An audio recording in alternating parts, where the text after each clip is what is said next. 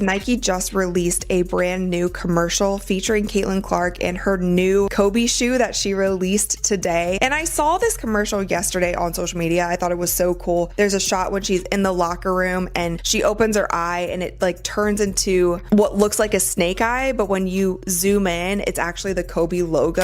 Nike just pulled the ultimate corporate plot twist, and A'ja Wilson is absolutely seething after years of poor every single time she breathes near a basketball. Nike finally woke up and smelled the reality check.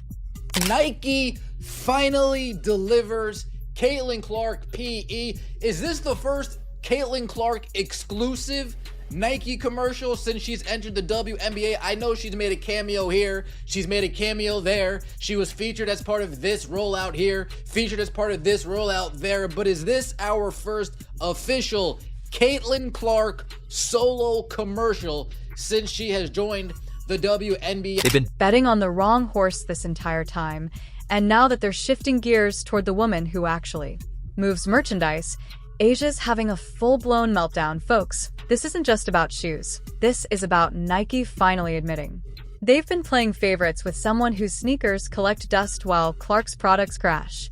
Their website faster than a dial-up connection in 2024. Caitlin Clark and Nike are officially dropping Caitlin Clark's Indiana Fever player-exclusive Kobe 5s in just a couple weeks. So this shoe was first seen being worn by Caitlin and was thought to be a colorway made just for her up until just a couple days ago, where Nike's official images of the shoes got leaked and the announcement was made saying that everyone will now have a chance to wear her shoes. Let's talk numbers, because math doesn't lie, even when your ego wants it, to A'ja Wilson's Nike A1 shoes.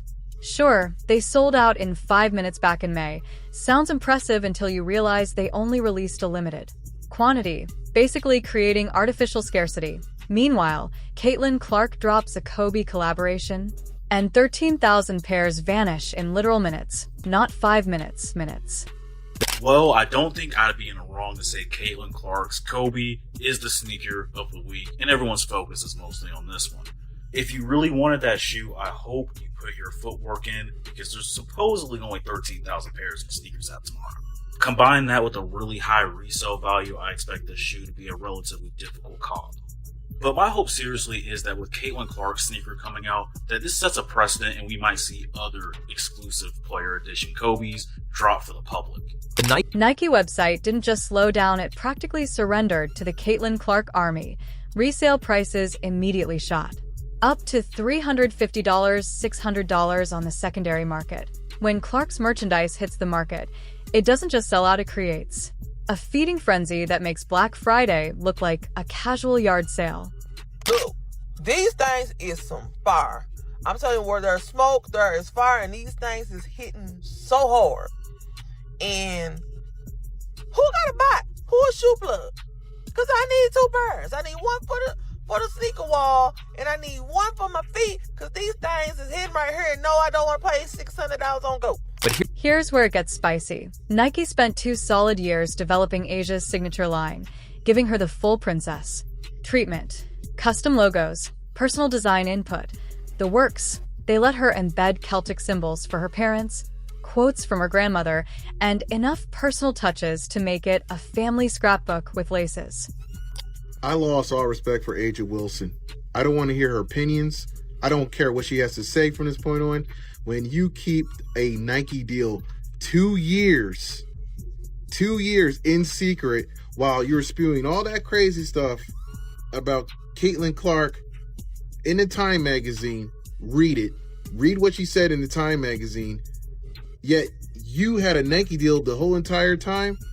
Suspicious. While Caitlin Clark still waiting for her actual signature shoe while wearing Kobe hand-me-downs that outsell Wilson's custom masterpieces by margins that would make a mathematician weep. Nike gave Wilson everything she asked for and more, yet somehow Clark's leftovers generate more buzz than Wilson's carefully crafted brand statements. So it's finally here. Caitlin Clark sneakers from Nike is finally dropping. She was signed to them last year, and the sneakers is a year late in my opinion, but nonetheless I'm excited because these sneakers is finally coming out. But what does annoy me a little bit is that this is a collaboration with Kobe. Now, Kobe, respect to Kobe, legend, rest in peace, great basketball player. But in my opinion, Caitlin Clark is a big enough star and she's creating her own legacy. So I feel like, at least for her first sneaker, it shouldn't be a collaboration with any other player, dead or alive, in my opinion. I feel like Caitlin should have, for her first shoe, had her own original design just for her, no collaboration. Are enjoying, please subscribe, and let's address the elephant in the room, A'ja Wilson's me mentality. This woman has been campaigning for attention like she's running for president of basketball. She got her signature shoe, her custom logo that sparks conversation. Translation, nobody knows what it means. Her Nike commercials directed by Malia Obama, and still can't stop acting like the world owes her something. Meanwhile, Clark just shows up, plays basketball, and accidentally becomes the most marketable athlete Nike has seen since Michael Jordan. Wilson's out here demanding respect, while Clark's earning it by crashing websites and filling arenas without even trying. And all this was done while the shoes being developed, while the collection's being done. To demonize Caitlin Clark and try to label her as a privileged white girl that's getting all the privileges, even though she earned everything she got. This ain't about color. This is about good and bad. And I honestly find this a little evil. I find this evil. This is beyond bad, because you had the ability to speak up and say, hey, everybody, relax. Don't get on Caitlin Clark. She got a shoe deal. That's cool. I got one too. Mine's taking a little bit, but it's going to come out. Just be patient. She could have came out and said that, but she didn't. The funniest part, Nike actually tried to make this work. They gave Wilson a $20+ million contract extension, created entire marketing campaigns around her diamond in the rough persona, and pushed her story harder than a used car salesman on commission. But you can't manufacture what Caitlin Clark has naturally. Clark signed her 8-year, $28 million deal and immediately became Nike's most valuable asset without them even having to work for it. Every time she steps on a court wearing Nike gear, it's free advertising worth millions. Wilson needs production teams, storylines, and carefully crafted narratives. Clark just needs to exist. Nike did not fumble Caitlin Clark. It takes years and years of research and development and building and designing and trialing and erroring to build a custom shoe line. Caitlin Clark has played in only Kobe 5s and Kobe 6s almost exclusively for like the last 3 or 4 years. If they are building a shoe for Caitlin Clark, that Caitlin Clark is going to wear, that she's going to sell, that she's going to give away to her teammates, to her fans, to whomever, it has to be as good as, if not better, than the Kobe 5 or 6. And there's new Kobe variants out, and she doesn't wear them. She signed a $28 million 10-year contract with Nike. Year 2. We're in year 2 of that. The shoes are coming. They have to design them. It takes several years for this to happen. We're not just doing a colorway like Paige Beckers did. Let's talk about market impact, because this is where Wilson's delusions crash into cold, hard reality. Caitlin Clark generated an estimated $82,500,000 in economic impact for Iowa alone. That's not a typo. $82,500,000 from one player in one state. Her influence extends beyond basketball into pure cultural phenomenon. Territory. Nike executives are probably kicking themselves for not realizing they had the female might. Jordan sitting right there while they were busy trying to make A'ja Wilson happen like she's some kind of basketball fetch. For Mean Girls, the writing was on the wall from day one, but Nike was too caught up in their social justice scorecard to read it. Former Nike basketball marketing director Jordan Rogers literally went public calling out his old company for fumbling the Caitlin Clark opportunity. A former insider had to shame them into recognizing what everyone else could see, that Clark was the golden goose they were ignoring while force-feeding the public a different narrative. Nike stock hit a 5-year low while they were busy trying to make Wilson the face of women's basketball and, instead of embracing the actual face of women's basketball. Your stock price since 2021, it is down nearly 60%.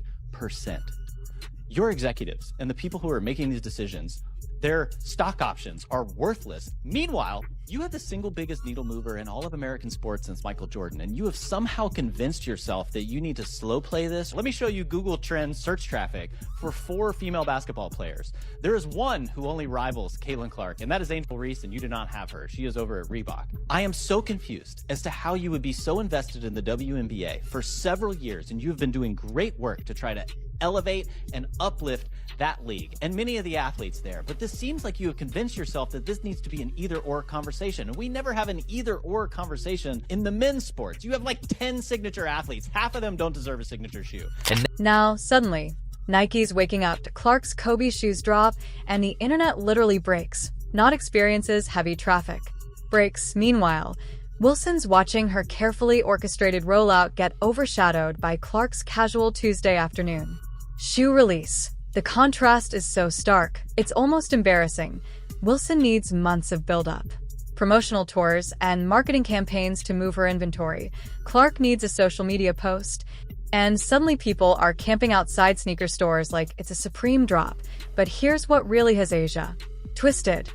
Nike is finally acknowledging what everyone else already knew. Clark doesn't just sell shoes. She sells dreams. The market has spoken with its wallets, and the message is crystal clear. Caitlin Clark is the future. And Asia Wilson is yesterday's news, trying to stay relevant in tomorrow's game. But I just felt like across the board, this commercial was a 10 for 10. And a lot of people have been getting on Nike because they don't feel like they have been promoting Caitlin as much as they should. But I will say we have to give credit where credit is due. I feel like in the past month or so, they have been tweeting about Caitlin more. And then obviously with this shoe release, they made this super sick commercial to promote it. And of course, just today, Caitlin Clark's new Kobe PE shoe sold out in less than a minute. And I saw so many tweets about this, so many people who were so sad that they missed out on this shoe. I saw that there was this one Dick's store and people were lined up around the corner, like camping out, trying to get the shoe. He spent years trying to create artificial demand for Wilson while ignoring the organic phenomenon happening right under their noses. They gave Wilson every advantage: MVP awards, championship rings, Olympic gold medals, and still couldn't manufacture the kind of authentic connection Clark has with fans.